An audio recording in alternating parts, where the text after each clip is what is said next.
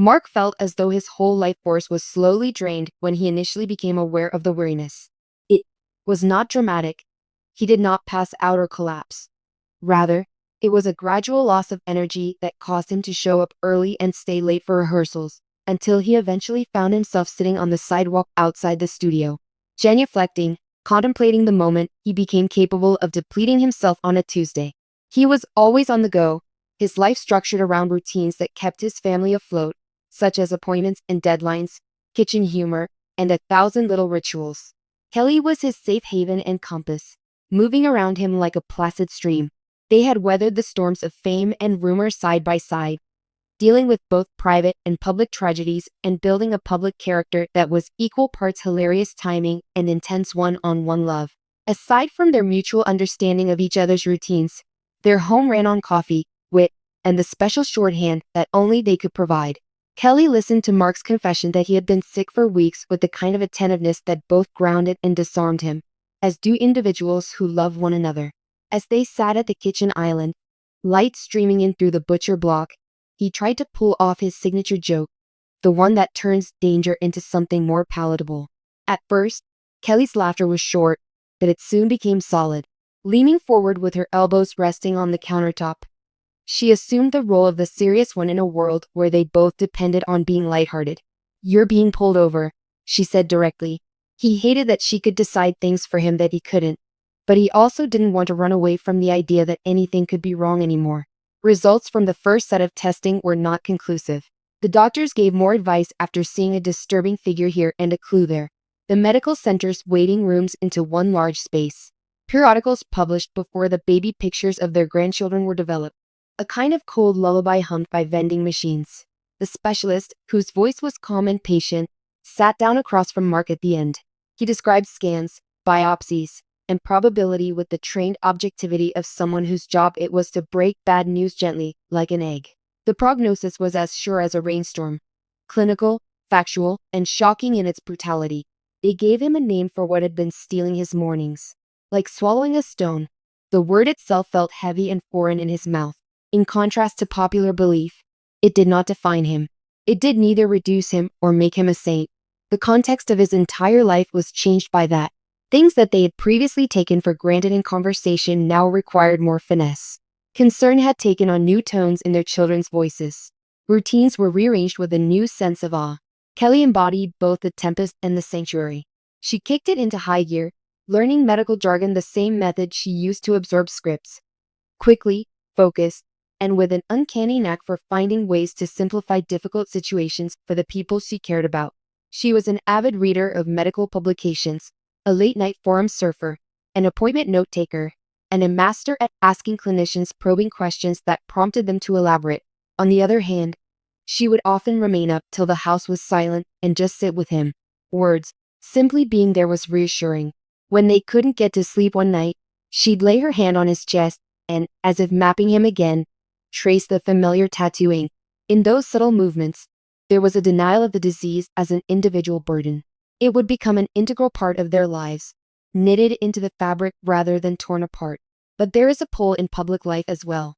Silence is the fuel that powers speculation and inquiry. For years, the couple had trained themselves to keep their intimacy under wraps. At this point, they were practicing for an entirely new show, questioning the timing, nature, and amount of disclosure. Their publicists and agents delivered their plans with precision and ease, claiming to be an advocate, pleading for privacy, or leaking information strategically to influence the story. Neither Mark nor Kelly wanted to be the focus of sympathetic whispers or sensationalism. Neither of them wanted to use the diagnosis as a weapon in the never-ending news cycle. Honesty without histrionics was the challenging path they chose. In an effort to keep the kids safe from rumors and to use whatever platform they had to bring attention to the bigger problems that the diagnosis revealed, they wrote a unified statement that sounded like a promise to be honest when the truth may help others understand. Instead of sensationalizing what was private and making it public, they decided to step gingerly into the light and allow the facts do the talking. The word spread like wildfire around the globe in the blink of an eye. Messages of encouragement were offered by fans. Complete strangers prayed. Headlines, meanwhile, distorted the news into several takes on the story, changing the emphasis and tone with the ease of phone filters. In addition to serving as a refuge, the family's home attracted widespread media attention. The door was not staked out by cameras. The family's exact demands were respected. However, in rooms they would never set foot in, the pair grasped the fact that the discourse had evolved. Mark had an instant of profound insight early on. He had a clear and unwavering mental picture of himself seated on an empty stage, his shadow stretching across the flooring while one single light illuminated him. He imagined going back to that stage after the treatment storm, or picking a new one. Once the diagnosis was made, all previous certainty was thrown into disarray. With grace and determination, he was making his way down the corridor. Contrary to what the tabloids said, the treatment was not as extreme. It brought about regimented routines, measurable appointments, and days when it seemed like everything revolved around medical tasks. Sean nevertheless managed to snag some stolen and memorable moments despite the repetition. Sitting on the bed and reading aloud something ridiculous, Kelly would then bring in a tray of unfinished breakfasts. Whatever will help them forget that they are at a treatment facility and instead be in their own space, whether it be a beloved old sketch, comedy routines, a poetic line, etc. The tiny crack that let in light, laughing, became a survival skill. The youngsters reacted to the news with a mix of sadness and curiosity, young, puzzled, and resilient. Compared to previous crises, they were older. They were more direct and often asked more practical questions. Their mere presence restored a sense of normalcy to both parents. Mark had a lot on his plate: soccer games to sit through, homework to do, and school plays to attend. Basking in the sun's rays while seated on a foldable chair, he expressed gratitude for the stability provided by the turf and cleats. There was an avalanche of gentle, unwavering encouragement from friends. Actors with whom he had worked on previous films brought food and stories. His co-workers on morning television subtly volunteered to fill in for him so he could get some sleep. There was more consolation than criticism in the backstage corridors. To help each other blink back their emotions, people prayed, shared tears, and cracked jokes. Even while it's capable of cold-heartedness, the entertainment sector may, in its quiet times, form a strong bond with one another, intertwined with hope and fear. In some months, the scans improved, while in others, they worsened. The reflection seemed unfamiliar at times due to treatment-related side effects, such as hair loss, decreased stamina, and particular appetites. On occasion, Mark would wake up in the wee hours of the morning and be surprised to see that he couldn't identify his reflection. However, Kelly's expression stayed the same, even though she was completely exhausted. The identical countenance that cherished him prior to, during, and after his diagnosis. Also, there were times when I was furious, angry at the randomness of life's events and the unfairness of the treatment of bodies, particularly those that have served society well for many years. Mark would occasionally lose his composure over insignificant matters. An unconsidered headline, an unanswered call. The most primal reaction to loss is anger. On the other hand, Kelly would put that anger into tangible ways. Communication with clinicians, scheduling changes, and little defiance, such as planning a day excursion even though it wasn't in the calendar, all fall under this category. In the middle of the day, after several months of work, perched on the porch, Mark resorted to a long-forgotten sketchbook. Making drawings was something I did on a regular basis. In doing so, he dealt with both his professional disappointments and his personal joys. A private, soothing, and forgiving discourse unfolded in the sketchbook. He drew Kelly's features, including the curvature of the mouth and her flowing hair, while she laughed while eating breakfast. He drew cartoonish depictions of their kids, complete with large eyes and nimble feet. The home was depicted as a fortress, although it was not constructed of stone. Transparent walls allowed the world to peer inside and select what could pass through this fortress.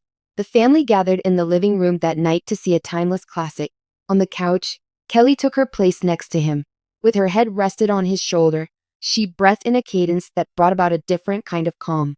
Mark realized that the diagnosis had given them an unusual gift, a sharper focus on the here and now, regardless of the outcome. Days that may have been squandered by unimportant concerns suddenly took on a clear and distinct shape. Everyday inconsequentials, like coffee cups on saucers, a child's joke, or the way the light fell at a specific hour, become cherished. The public's opinion was divided. Many onlookers praised the family for being forthright, in a moment that left fans absolutely speechless. Heart-attacking goodbye legend Mark. takes a deep dive into one of the most emotional goodbyes ever witnessed on live television. The iconic Kelly Ripa, known for her charismatic energy and quick wit, was visibly shaken and deeply affected as she bid farewell to a true legend, Mark Consuelos. The chemistry between Kelly and Mark has been a cherished aspect of Live with Kelly and Mark, but this heartbreaking farewell moment revealed just how much they mean to each other. As Mark made his exit, his words resonated with the audience and Kelly herself, leaving her teary-eyed and struggling to hold back emotions. Their bond is undeniable, and it was clear that this was not just another goodbye. It was a moment filled with personal meaning and mutual respect. Fans have followed the duo's journey together for years, celebrating their chemistry on screen and off. And this emotional moment was a reminder of how much they have shared over the years. Kelly's heartfelt reaction, one that perfectly encapsulated the depth of their relationship, struck a chord with millions. Viewers were left in awe as Kelly fought to regain composure, yet her raw, unfiltered emotions were a testament to the strength of the connection between these two stars. It was a heart-attacking goodbye, not just for Kelly, but for fans who have been on this journey with them. The impact of this moment will undoubtedly be felt for years to come, reminding us of the profound bonds we form with those who truly leave a mark on our hearts. It's an unforgettable moment in television history that will remain etched in the hearts of many.